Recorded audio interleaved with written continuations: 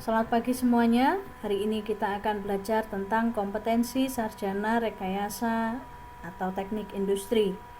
Mari sebelumnya kita lihat dulu apa yang dimaksud dengan kompetensi. Ada beberapa definisi kompetensi. Yang pertama menurut standar kualifikasi nasional Indonesia. Jadi menurut standarnya nasional Indonesia. Kompetensi adalah pernyataan tentang bagaimana seseorang dapat mendemonstrasikan keterampilannya, pengetahuannya, sikapnya di tempat kerja sesuai dengan standar industri atau sesuai dengan persyaratan yang ditetapkan oleh tempat kerja tersebut.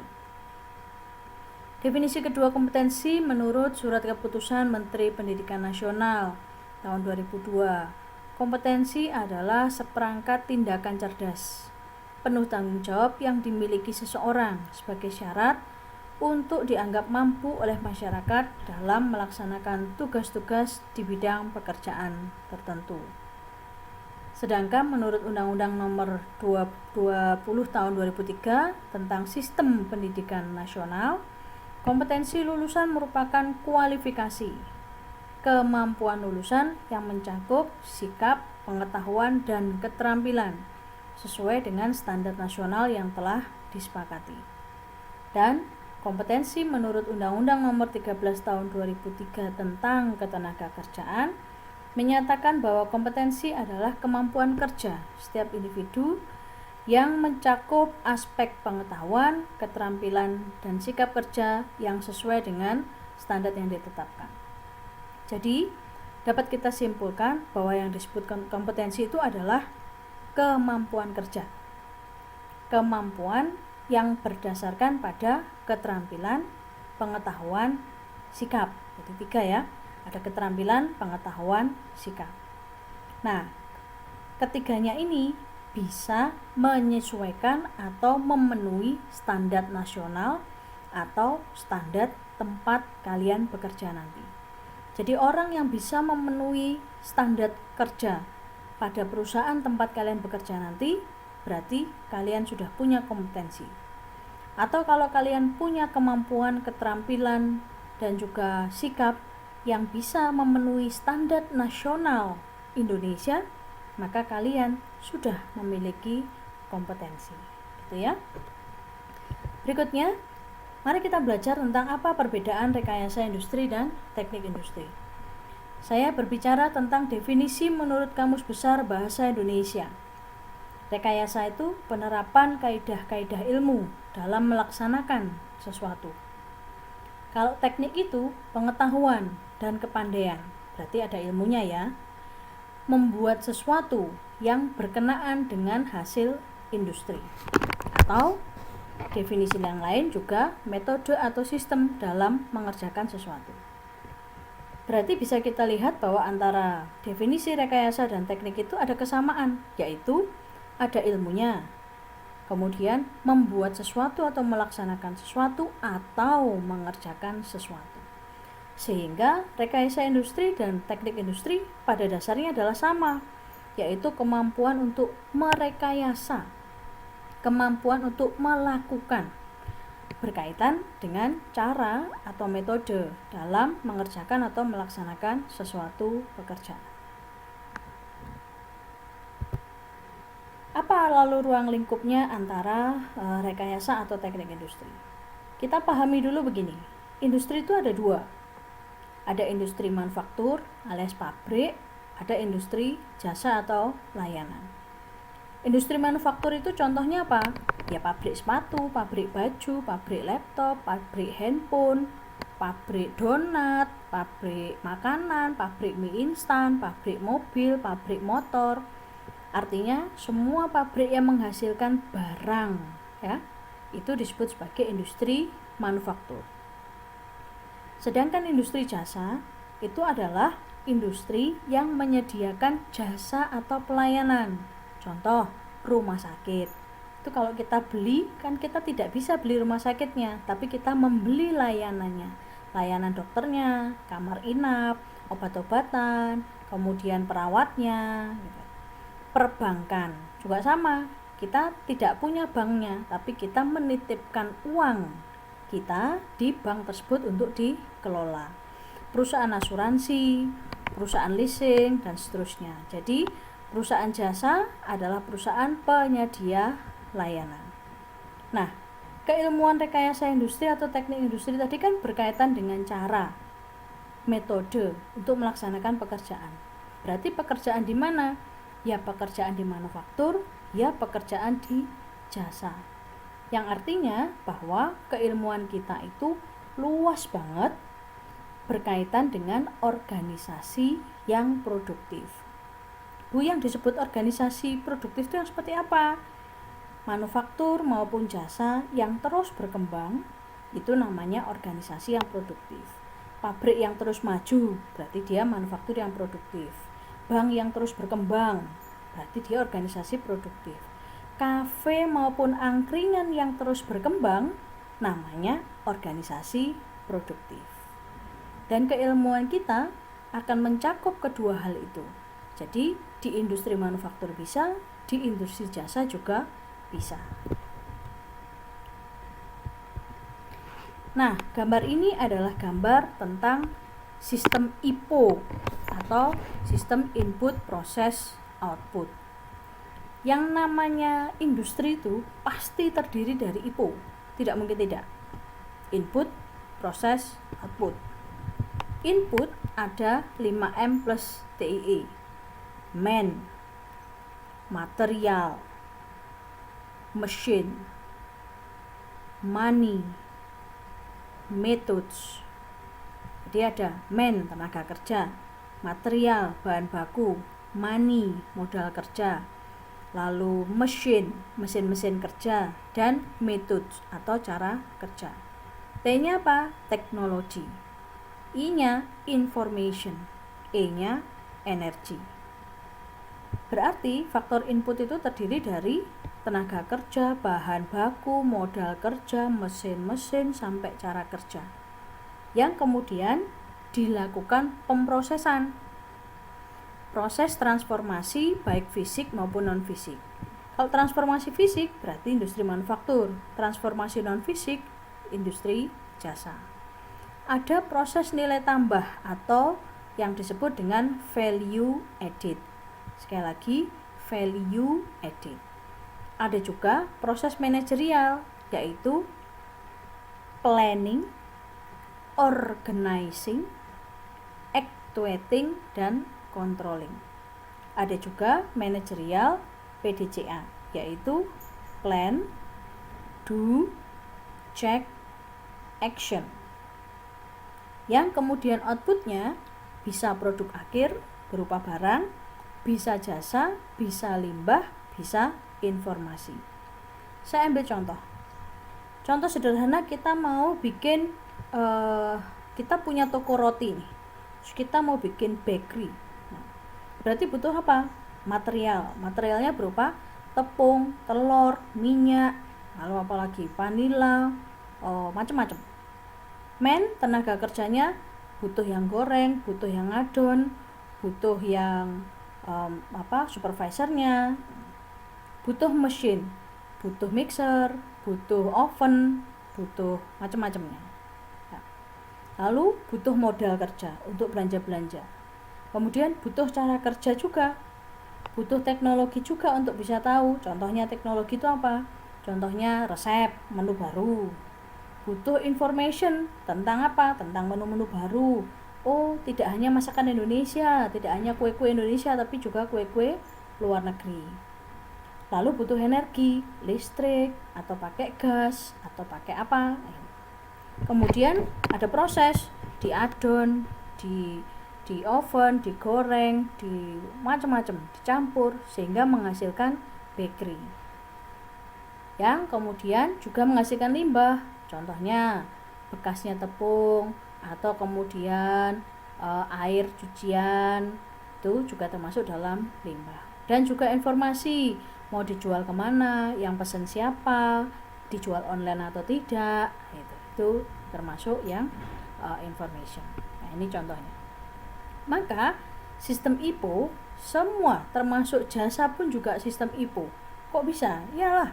Contoh misalnya kita nyimpan uang di bank. Berarti kan butuh bangunan, butuh mbak-mbak yang ada di bank, butuh mas-mas teller, butuh mesin ATM yang kemudian diproses. Outputnya adalah kita bisa ngambil uang di ATM dengan mudah, kita bisa mobile banking, atau kita bisa menerima layanan call center. Nah, yang seperti itu juga termasuk dalam sistem IPO. Jadi sistem IPO bisa berlaku untuk manufaktur maupun jasa yang terdiri dari input, proses, output. Keseluruhan tadi itu harus dilaksanakan secara efektif, efisien, dan produktif. Minggu depan kita akan bahas khusus tentang EEP ini. Berikutnya ada pola pikir teknik industri. Simpelnya, doing more with less. Bisa menghasilkan lebih dengan hal-hal yang sifatnya berhemat. Doing more with less. Maka teknik industri itu kita selalu berbicara sistem. Kok bisa? Tadi sistem IPO, input, proses, output. Yang namanya system approach itu selalu terkait dengan dua hal.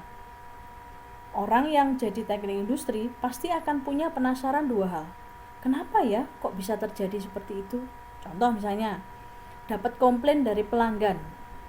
Terus kita harus berpikir, kenapa ya kok dikomplain? Itu namanya logical thinking. Dan setelah kita tahu alasannya kenapa kita dikomplain, next steps-nya adalah kita berbicara, kita berpikir lagi, bagaimana ya cara mengatasinya, yaitu how to be better atau creative thinking. Maka orang teknik industri itu adalah orang yang solutif kalau kata Butejo. Jadi nggak cuma tahu apa penyebabnya masalah terjadi, tapi juga bisa mengatasi persoalan-persoalan di bagian industri. Maka keilmuan atau kemudian pola pikir yang dibutuhkan adalah mampu berpikir sistem thinking, IPO. Tahu masalahnya apa, tahu penyebabnya apa, tahu ngatasinya apa. Sistem design, tahu ngatasinya apa, pakai cara apa. Kemudian sistem action, dilakukan lalu diperbaiki kalau masih belum pas atau masih ada yang masih kurang lagi. Ini contohnya. Yang ada di gambar ini adalah berbagai macam rekayasa produk olahan pisang. Kita orang rekayasa industri dilatih untuk mampu merekayasa sebuah pisang menjadi berbagai aneka olahan yang menarik. Contoh saya ambil di sini pisang goreng, pisang bakar coklat keju, keripik pisang, terus kemudian pancake pisang, kemudian sate pisang coklat, bahkan brownies pisang.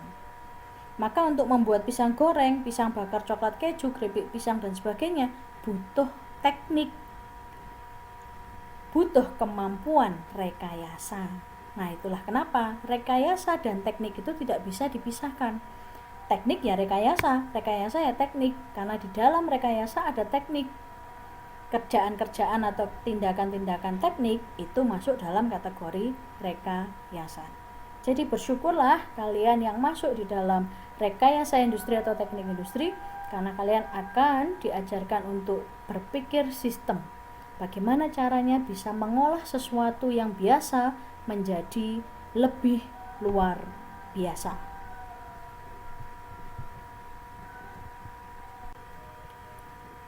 Menurut Abed tahun 2000, teknik industri juga punya kompetensi khusus. Ada dua ya.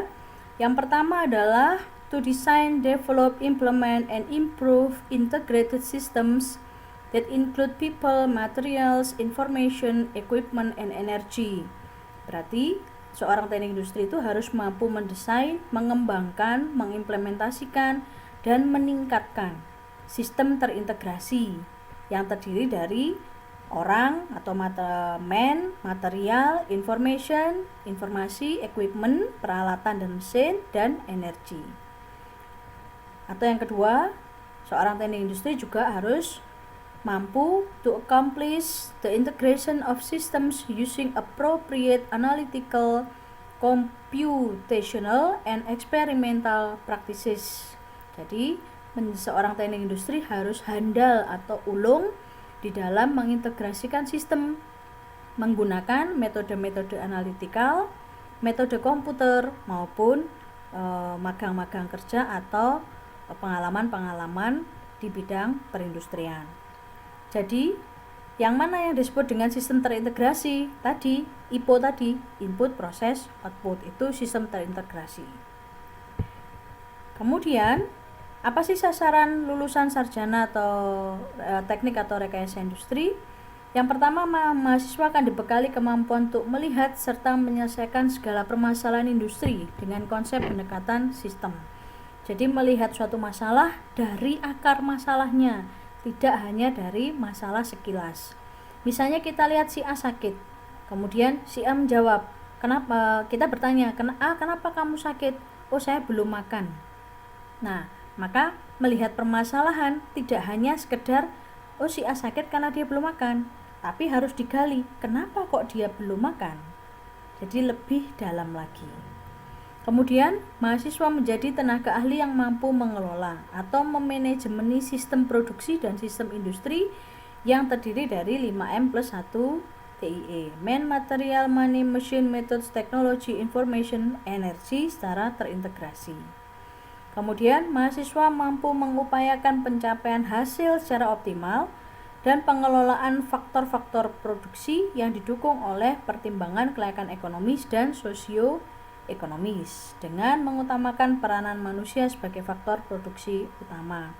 Artinya, mahasiswa dilatih juga untuk bisa menghasilkan optimalisasi berapa produk-produk yang bisa dihasilkan, dengan mutu seberapa bagus, dengan marketing seberapa luas. Nah, itu dia.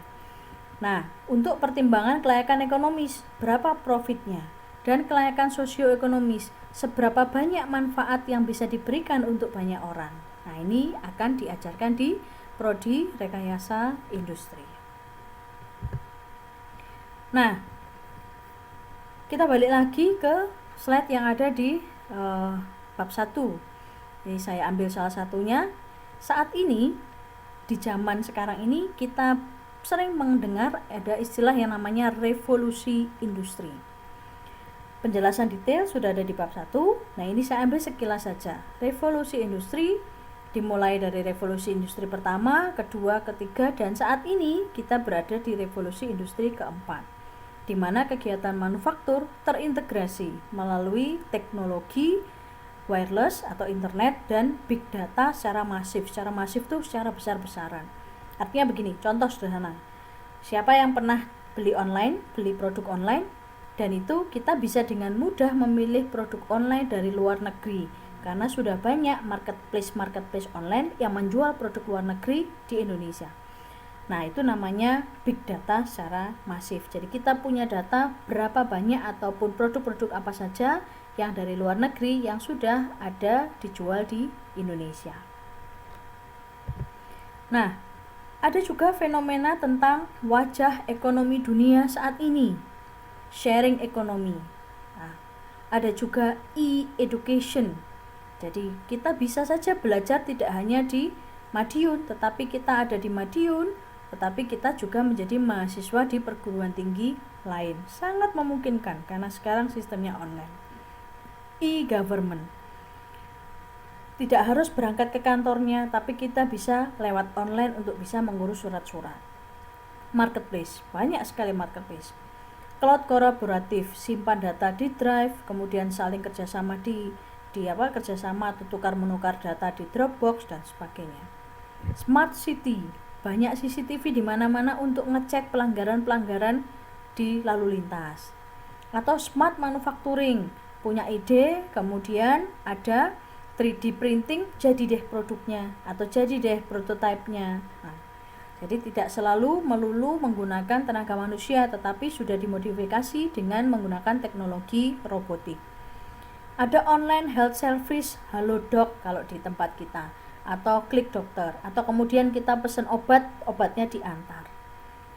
Dan macam-macam yang lainnya. Maka kalau kita lihat ada perubahan model bisnis yang terjadi di Indonesia. Dulu ada banyak warung, dulu ada banyak warung toko kelontong. Sekarang semua hampir tutup dan tergantikan oleh Indomaret. Bahkan Indomaret, Alfamart pun sekarang sudah mulai, termasuk mal-mal, beberapa mal sudah mulai tutup karena semua, atau bukan semua ya, tapi sebagian besar masyarakat Indonesia mulai senang menggunakan penjualan atau pembelian online. Taksi dan ojek juga begitu. Dulu taksi dan ojek konvensional banyak kita jumpai. Sekarang Grab, Gojek, Uber, dan lain-lain dengan sistem yang lebih tertata rapi. Nah, apa yang mau saya katakan dari adanya kedua fenomena itu? Yang mau saya katakan adalah kita sebagai seorang rekayasa industri harus paham perubahan-perubahan besar yang terjadi di dunia perindustrian saat ini atau di sekeliling kita saat ini, itu membutuhkan skills, membutuhkan keterampilan, membutuhkan pengetahuan, membutuhkan kepandaian yang tidak sembarangan. Nah, ada tantangan-tantangan skills di industri masa depan. Ada berbagai macam skills, cognitive abilities, system skills, complex problem solving, content skills, process skills, social skills, resource management skills, technical skills, physical abilities. Yang dari kesemuanya itu ada beberapa titik poin yang penting-penting. Yang pertama yang paling tinggi adalah complex problem solving.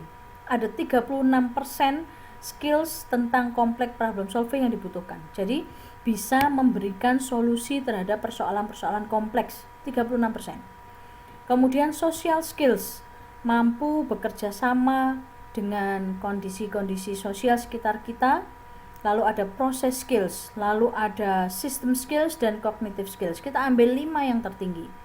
Nah, apa yang masing-masing kita lihat? Complex problem solving, kemampuan untuk memecahkan masalah yang asing dan belum diketahui solusinya di dalam dunia nyata. Jadi tantangan betul untuk bisa menyelesaikan persoalan kompleks. Social skill, kemampuan untuk melakukan kerjasama, koordinasi, negosiasi, persuasi. Persuasi itu bahasa sederhananya merayu gitu ya. Mentoring itu mengajar atau ngajarin. Kepekaan dalam memberikan bantuan hingga emotional intelligence. Jadi peka terhadap kesulitan orang lain dan membantunya.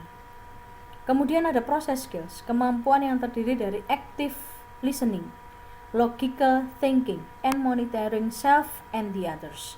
Jadi kemampuan untuk mau mendengarkan orang lain, lalu berpikir logis, dan kemudian memantau diri sendiri atau memanage diri sendiri. Memanage emosi, memanage kepintaran, memanage keterampilan, dan sebagainya.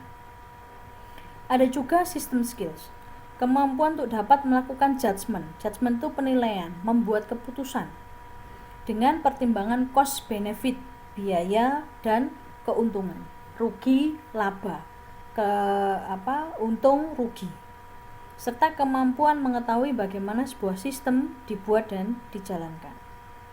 Lalu ada cognitive abilities, skills yang terdiri dari cognitive flexibility, jadi kemampuan otak yang fleksibel, bisa belajar banyak ilmu, kreatif, lalu bisa berpikir logis, alasan-alasan logis, dan sensitif terhadap persoalan-persoalan, jadi mampu menangkap persoalan-persoalan.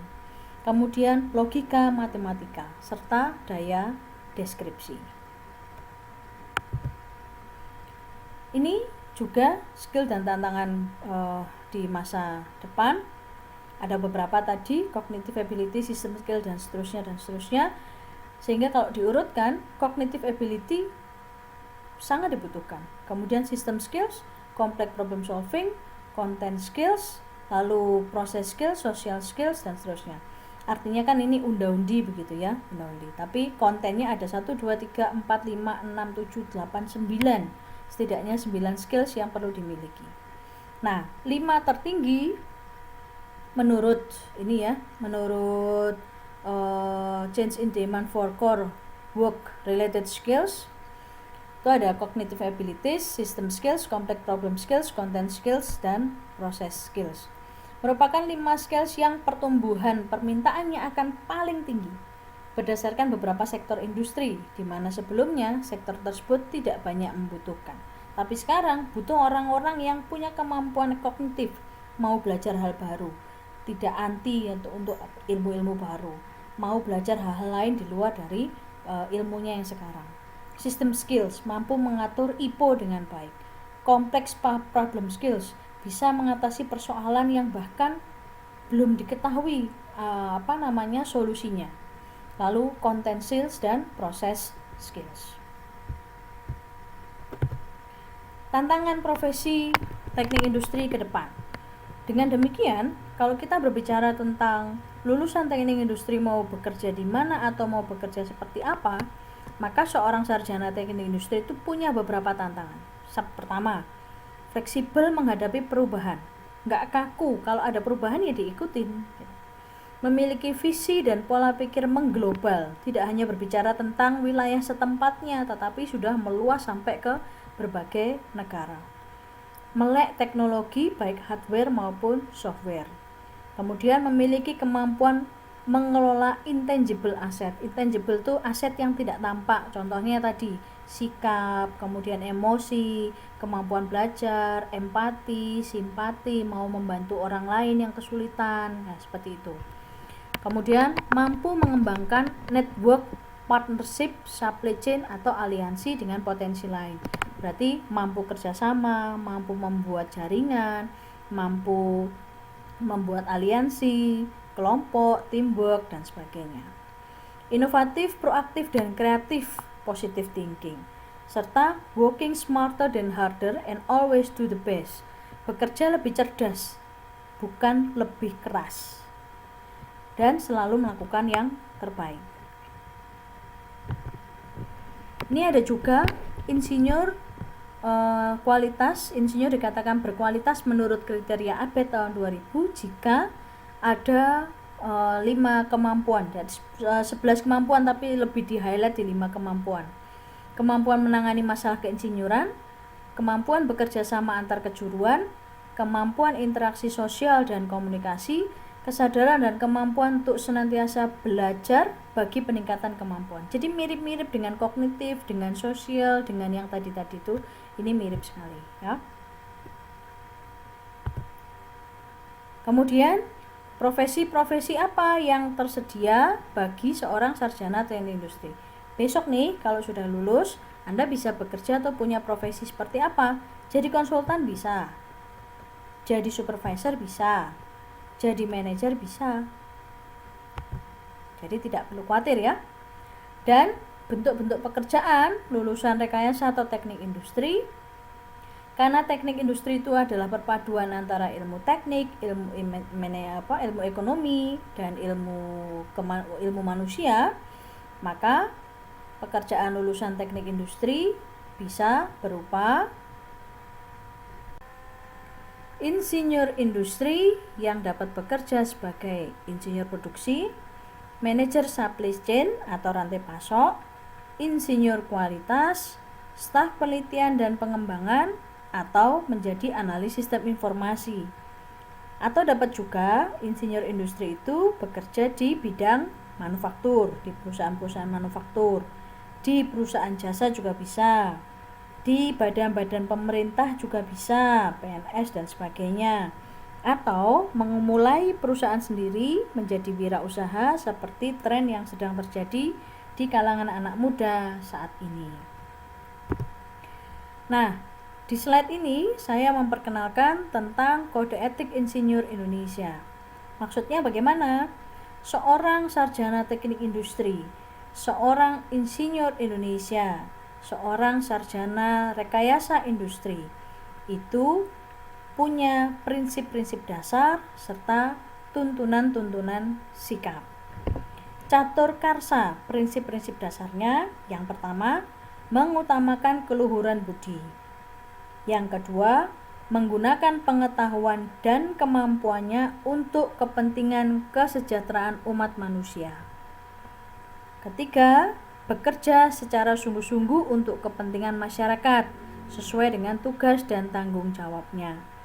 Dan catur karsa yang keempat yaitu meningkatkan kompetensi dan martabat berdasarkan keahlian profesional keinsinyuran. Demikian juga dengan Sabta Dharma atau 7 tuntunan sikap seorang insinyur atau seorang sarjana rekayasa atau teknik industri. Yang pertama, insinyur Indonesia senantiasa mengutamakan keselamatan, kesehatan, dan kesejahteraan masyarakat. 2. Insinyur Indonesia senantiasa bekerja sesuai dengan kompetensinya. 3. Insinyur Indonesia hanya menyatakan pendapat yang dapat dipertanggungjawabkan, berarti berbasis data, tidak hanya sekedar argumen. Insinyur Indonesia senantiasa menghindari terjadinya pertentangan kepentingan dalam tanggung jawab tugasnya. Kemudian, insinyur Indonesia senantiasa membangun reputasi profesi berdasarkan kemampuan masing-masing. Yang keenam, insinyur Indonesia senantiasa memegang teguh kehormatan, integritas, dan martabat profesi. Dan yang ketujuh, insinyur Indonesia senantiasa mengembangkan kemampuan profesionalnya. Baik teman-teman, jadi itu tadi serangkaian materi yang berkaitan dengan kompetensi lulusan sarjana teknik industri atau rekayasa industri, yang secara umum dapat saya katakan bahwa seorang sarjana rekayasa industri berbicara tentang sistem approach, input, proses, output, yang harus memiliki beberapa skills, diantaranya complex ability, problem solving, dan sebagainya. Maka di dalam gambar ini saya menunjukkan tentang who we are as an industrial engineers. Industrial engineers is a person or seorang sarjana yang bisa membuat perubahan di berbagai tempat. Jadi selamat datang kembali dan selamat belajar di teknik industri, rekayasa industri. Anda akan belajar ilmu ekonomi juga iya, ilmu teknik juga iya, ilmu teknologi juga iya, ilmu keuangan juga iya, ilmu sosial juga iya. Pokoknya campuran semuanya, karena sebuah sistem IPO, input, proses, output, membutuhkan kemampuan pengelolaan 5M 1TIE hingga menghasilkan organisasi produktif yang betul-betul berkembang maju di tangan kalian semuanya. Baik, sekian materi hari ini. Terima kasih dan silahkan lanjutkan aktivitas berikutnya di Bella.